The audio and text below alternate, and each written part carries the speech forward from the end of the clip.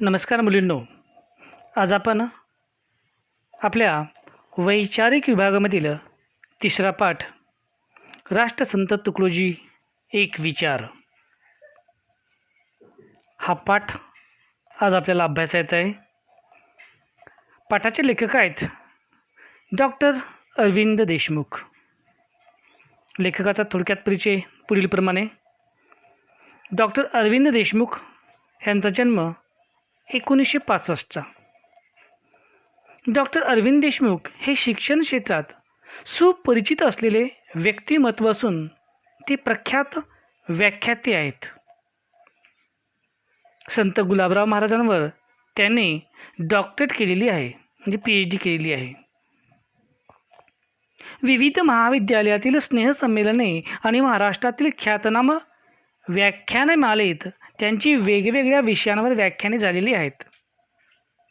संत गाडगेबाबा समाधी मंदिर ट्रस्टने पहिलाच संत गाडगेबाबा समाजसेवा व प्रबोधन पुरस्कार देऊन त्यांना गौरविले आहे.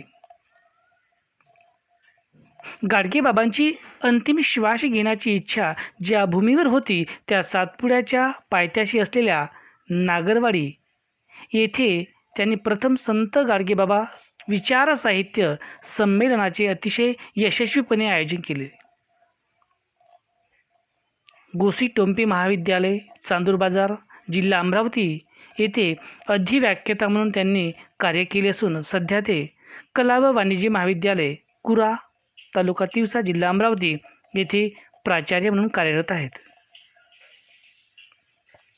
अखिल भारतीय श्री गुरुदेव सेवा मंडळ व महाराष्ट्र शासन यांच्याद्वारा यवतमाळ व चंद्रपूर येथे झालेल्या राष्ट्रसंत तुकडोजी महाराज राज्यस्तरीय साहित्य संमेलनाचे संमेलनाध्यक्ष होण्याचा बहुमान त्यांना 2 वेळा प्राप्त झालेला आहे. महाराष्ट्र शासनाने त्यांची पंढरपूर येथील नियोजित संत तुकाराम महाराज विद्यापीठाच्या मार्गदर्शक समितीवर सदस्य म्हणून नियुक्ती केलेली आहे.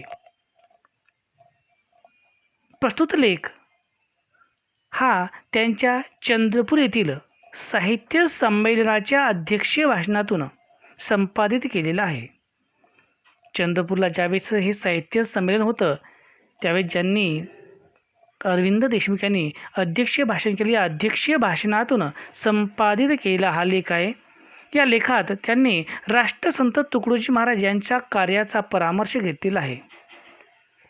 चला तर समजून घेऊया मग राष्ट्रसंत तुकडोजी एक विचार हा पाठ. लेखक अरविंद देशमुख म्हणतात, वंदनीय राष्ट्रसंत तुकडोजी महाराज एक अद्भुत व्यक्तिमत्व. तुकडोजी महाराजांनी आपल्या मृत्यूपत्रात म्हटल्याप्रमाणे तुकडोजी महाराजांनी संपूर्ण आयुष्य ईश्वर सेवेत आणि राष्ट्रसेवेत अखिल मानव समाजाच्या कल्याणाच्या उद्देशाने घालविलेले आहे. राष्ट्रसंत तुकडोजी महाराज यांनी आपलं संपूर्ण जीवन, आपली संपूर्ण हयात ईश्वराच्या सेवेत आणि राष्ट्रसेवेत अखिल मानव समाजाच्या कल्याणासाठी आणि या कल्याण करण्याच्या उद्देशाने संपूर्ण आपलं आयुष्य घालविलेलं आहे. यासाठी त्यांनी अखिल भारतीय श्री गुरुदेव सेवा मंडळाची रचना केली होती. म्हणजे त्यांना आपलं संपूर्ण आयुष्य, आपलं संपूर्ण कार्य या मानव कल्याणासाठी खर्ची घालायचं आहे. यासाठीच राष्ट्रसंत तुकडोजी महाराज यांनी अखिल भारतीय श्री गुरुदेव सेवा मंडळाची स्थापना केली होती. वयाच्या केवळ 9व्या वर्षी तुकडोजी महाराजांनी गृहत्याग केला, घर सोडलं, घनदाट जंगलात भटकंती केली. स्वतःचे शिक्षण फक्त मोजकच 2 वर्गाचेच असताना मराठी, हिंदी या 2 भाषातून गद्य आणि पद्य स्वरूपात अनेक प्रकारच्या पुस्तकांची, अनेक प्रकारच्या पद्यांची त्यांनी निर्मिती केली. राष्ट्रसंत तुकडोजी महाराज यांची भजनं गावोगावी अतिशय तन्मयतेने आजही गायली जातात. एवढेच नाही तर ज्यावेळेस आचार्य विनोबा भावे यांनी ज्यावेळेस भूदान चळवळ चालू केली होती, या भूदान यज्ञात राष्ट्रसंत तुकडोजी महाराजांनी आपल्या भजनाने प्रेरित होऊन अनेकांनी आपल्या या जमिनी दान दिल्या होत्या. हे राष्ट्रसंत तुकडोजी महाराजांचं भजनाची ताकद, भजनाने प्रेरित होऊन अनेक भक्तांनी, अनेक लोकांनी जमिनी दान केल्या होत्या आणि या भूदान यज्ञामध्ये असा हा राष्ट्रसंत तुकडोजी महाराजांचा वाटा होता. महाराजांचे मुख्य केंद्र ग्राम आहे. ग्राम म्हणजे गाव, खेडा विभाग. ग्रामाकडून ते राष्ट्राकडे वळलेले आहेत आणि म्हणूनच तुकडोजी महाराजांच्या मते साहित्याचा मुख्य उद्देश गावातील मनुष्य सात्विक व निरोगी बनावा असा आहे. म्हणजे गावातील मनुष्य हा सात्विक आणि निरोगी बनला पाहिजे. समाज निरोगी व सात्विक करण्याचा प्रयत्न करणे म्हणजे समाजातील विषमता, समाजातील भेद, द्वेष नष्ट करणे, समाजातील उच्च नीचता, अन्याय, अत्याचार, पारतंत्र्य आणि अज्ञान नष्ट करून समाजात सकस जीवन जगण्याची प्रेरणा महाराजांनी निर्माण केली व एका श्रेष्ठ साहित्यिकाची भूमिका त्यांनी पार पाडली. महाराजांच्या विचाराने, साहित्याने संपूर्ण जनमानस ढवळून निघालं. समाजातील अशुभतेचा नाश करून मानवी जीवनाचे खरे स्वरूप त्यांनी अतिशय सहजतेने मांडलेले होते व त्या माध्यमातून लोकांमध्ये आंतरिक परिवर्तन घडून आणले. याबाबत त्यांचा आत्मविश्वास हा फार दांडगा होता आणि या आत्मविश्वासामुळे मानवी जीवनाचे खरे जे स्वरूप आहे, हे खरे स्वरूप अतिशय सहजतेने लोकांपुढे मांडले आणि लोकांमध्ये आंतरिक परिवर्तन घडवून आणलं. हे कार्य करणारे राष्ट्रसंत तुकडोजी महाराज हे खरोखर त्यांचे बोल आणि बोल हे एक विचार होते.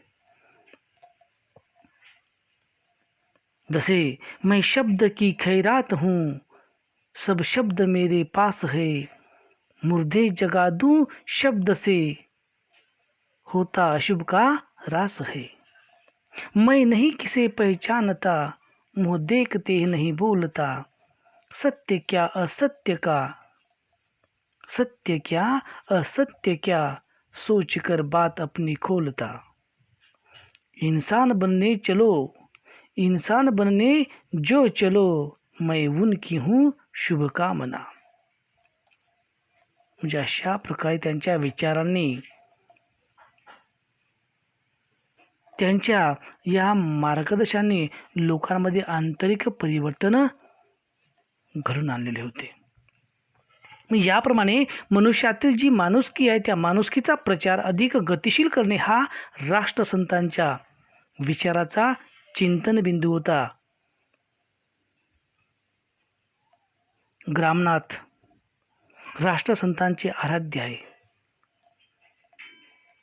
लेखक आपल्या भाषातून सांगतात, ग्रामनाथ हे राष्ट्रसंतांचे आराध्य आहे. इथला शेतकरी, इथला गावकरी सुखी झाला, उन्नत झाला तरच हा विश्व, हा जग सुखी होईल. हा त्यांचा सरळ सरळ साधा आणि सोपा सिद्धांत आहे.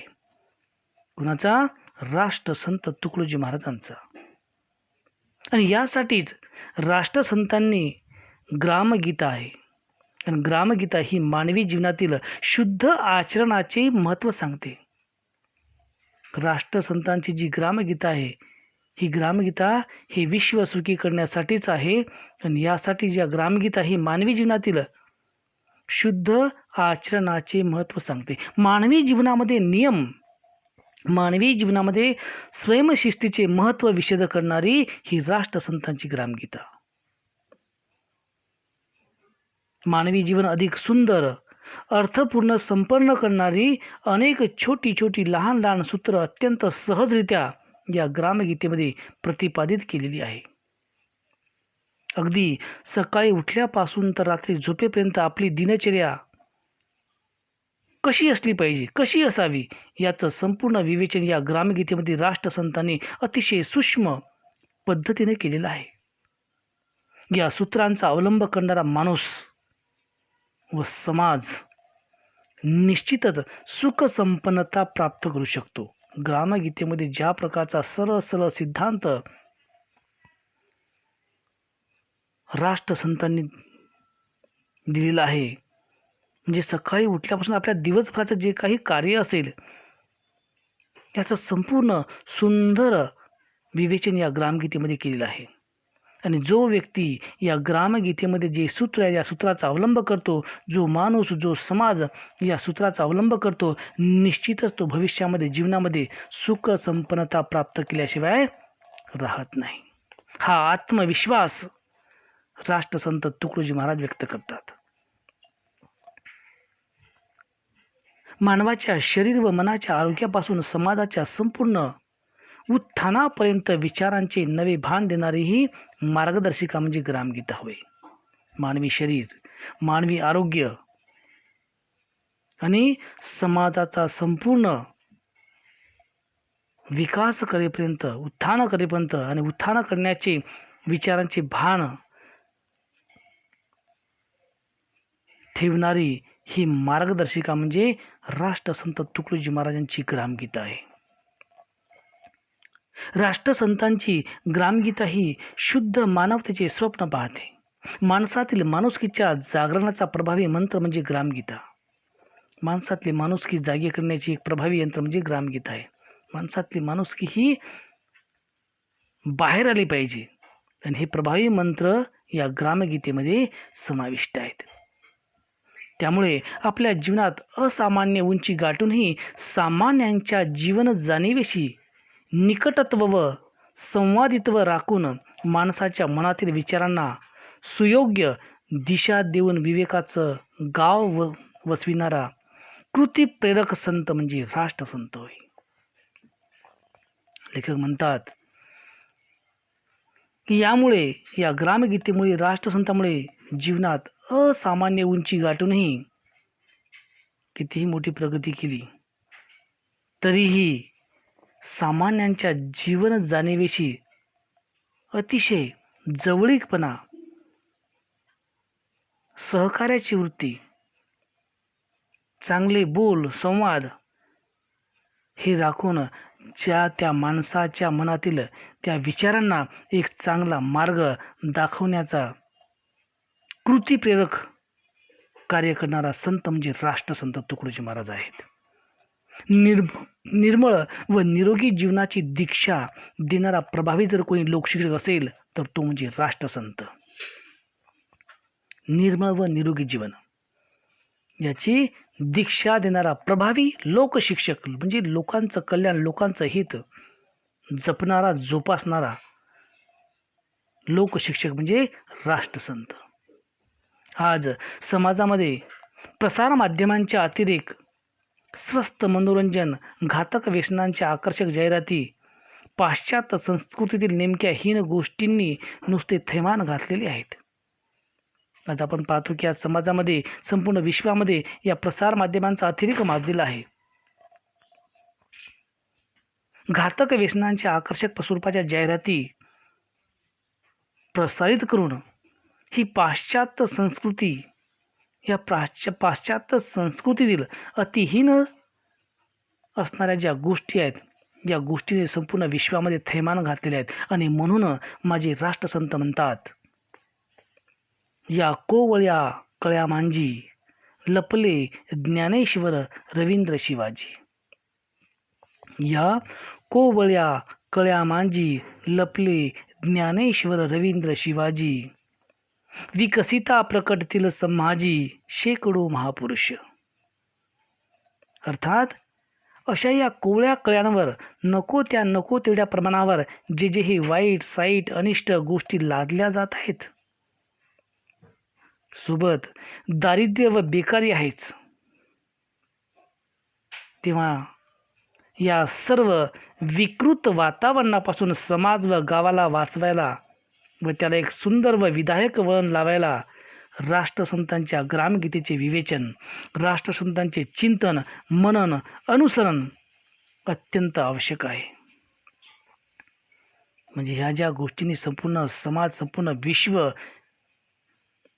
या व्यसनाच्या, घातक व्यसनांच्या आकर्षक जाहिराती,